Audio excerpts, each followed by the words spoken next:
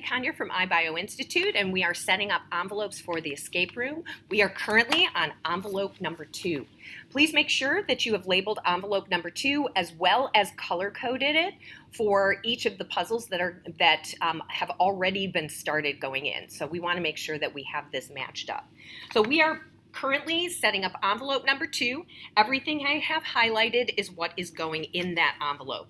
So we're going to start with puzzle number 4, which happens to be the Petri dishes that we set up in one of our previous videos. So this is the top of the Petri dish. The bottom of the Petri dish is going to go at table 1, which is what the girls are going to, or the campers are going to need to pick up. So this is actually going to be the first thing that goes into envelope number 2. So we're going to put that Petri dish top into envelope number 2. The next thing that goes into the envelope is the word find. This is what the word find looks like. We are going to, and this is also something that is going to need to be replenished every day because they will have used these. So a fresh one needs to go in for the next day escape room. But you're going to fold this, and this is going to go into envelope number 2. We are also going to add some additional puzzle pieces. So you've already broken your puzzle apart. You're going to take 4 more pieces, and those 4 pieces are going to go in envelope number 2, which leaves us with puzzle number 6.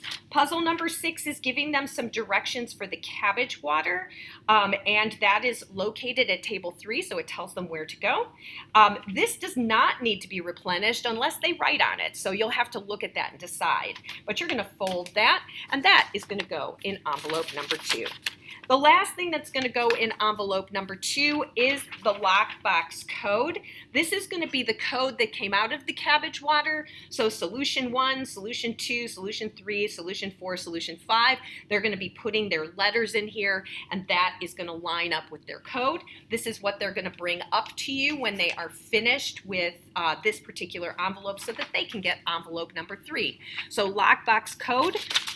Number 2 goes in envelope number 2, and now envelope number 2 is complete. If you have any questions on this envelope, please make sure that you put them in the FRQ or send them to us so we can put it in the FRQ and answer your questions.